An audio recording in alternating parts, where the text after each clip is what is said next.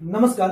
हमारा क्रिया से संबंधित प्रकरण चल रहा था। हमने सबसे पहले कक्षा में कर्म के आधार पर क्रिया के दो भेद सकर्मक और अकर्मक को समझा। उसके बाद हमने प्रयोग रचना बनावट के आधार पर क्रिया के भेदों 8 भेदों को हमने S for P2N के सूत्र के माध्यम से समझा। विश्वास है कि यह सीरीज आपको बहुत अच्छी समझ आ रही है। कर्म के आधार पर क्रिया के दो भेद भी समझे, प्रयोग रचना बनावट के आधार पर क्रिया के 8 भेदों को समझा और आज हम क्रिया के अंतिम प्रकार वो काल के आधार पर क्रिया के भेद होते हैं 3, उन्हें हम अच्छे समझेंगे। इसके बाद हमारा ये क्रिया संबंधी प्रकरण समाप्त हो जाएगा। तो आज हम पढ़ते हैं क्रिया का तीसरा भेद है वो आपके काल के आधार पर क्रिया। तो काल के आधार पर क्रिया के हमको पढ़ते हैं कि काल के आधार पर क्रिया क्या होती है। तो जिस काल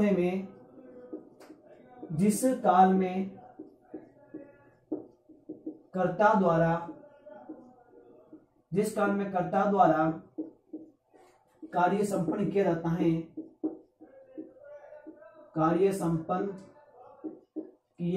है, जिस काल में कर्ता द्वारा कार्य संपन्न किया जाता है उसी काल की क्रिया में रखा जाता है। सीधी सी परिभाषा है कि काल के आधार पर क्रिया का भेद क्या होगा।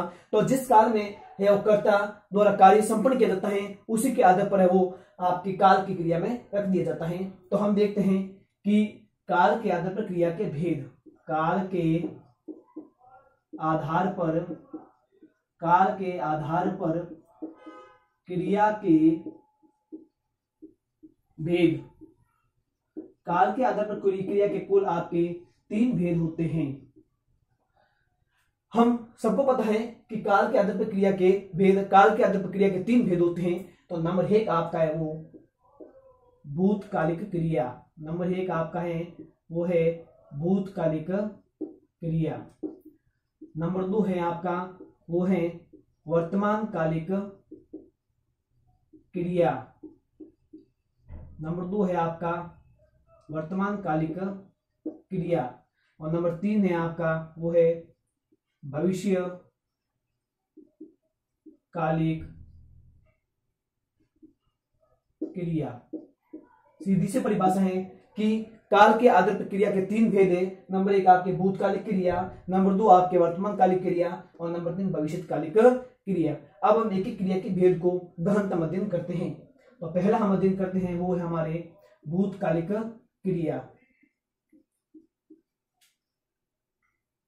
भूतकालिक क्रिया, तो इसके परिभाषा देखते हैं कि भूतकालिक क्रिया क्या होती है। तो क्रिया का वह प्रकार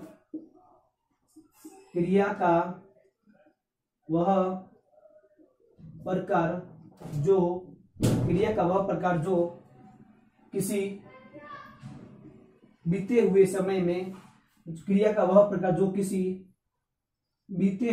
में हमें यह ध्यान रखना है कि क्रिया का वह प्रकार जो किसी बीते हुए समय यानी कि भूतकाल में संपन्न होता है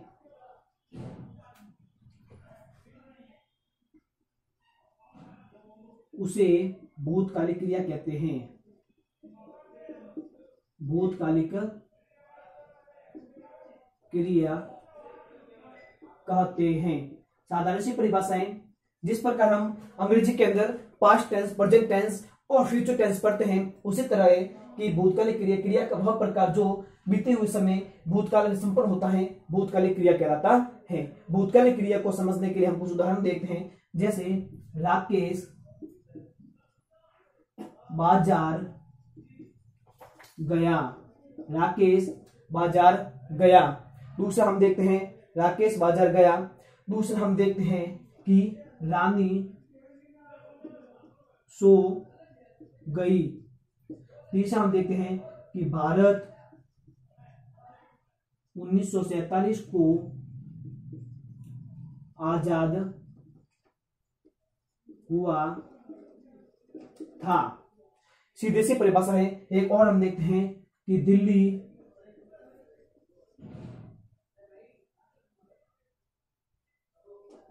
को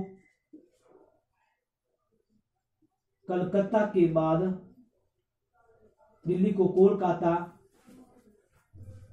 के बाद राजधानी बनाया।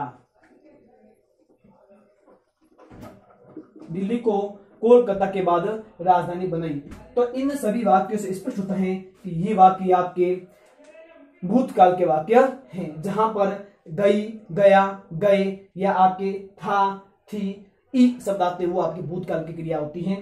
भूतकाल में सीधा सा क्रिया का वह प्रकार जो किसी बीते हुए समय भूतकाल में संपन्न होने का बोध करवाता है और भूतकाल क्रिया कहलाती है।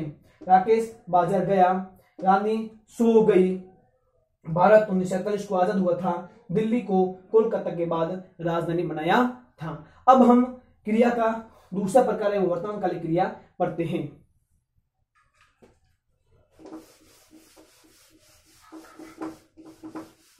क्रिया का दूसरा प्रकार है वो हमारा है वर्तमान कालिक क्रिया। क्रिया का दूसरा प्रकार वर्तमान कालिक क्रिया बहुत ही आसान है। तो सबसे पहले उसकी हम परिभाषा देखते हैं। दूसरा प्रकार है हमारा वर्तमान कालिक क्रिया।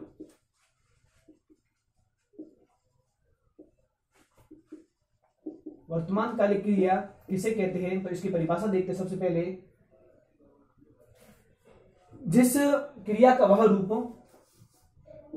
क्रिया का वह रूप जो कार्य को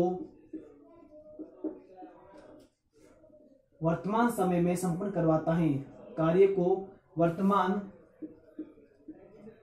समय में संपन्न करवाता है, वर्तमान कालिक क्रिया कहलाती है। वर्तमान कालिक क्रिया कहलाती है। साधारण सी परिभाषा है कि क्रिया का वह रूप जो कार्य को, क्रिया का वह रूप जो कार्य को वर्तमान समय में संपन्न करवाता है, वर्तमान कालिक क्रिया कहलाती है। सीधी सी बात है, जैसे हम देखते हैं कि रेखा पढ़ती है, रेखा पढ़ती है, राज बाजार जाता है, रेखा पढ़ती है, राज बाजार जाता है, दादाजी दादाजी घूम रहे हैं, दादाजी घूम रहे हैं, मोहन नहा रहा है। सीधी सी परिभाषा है, जब वाक्य के अंत में आपके ता है, ती है आता है या फिर आपके रहा है, रही आते हैं, तो वहां पर आपके है वो क्या, सीधी सी बात है कि वर्तमान कालिक क्रिया हो जाएगी। जिन वाक्य क्लास में ती है, ता है, रहे हैं, रहा है आता है, वो आपके वर्तमान कालिक क्रिया हो जाएगी।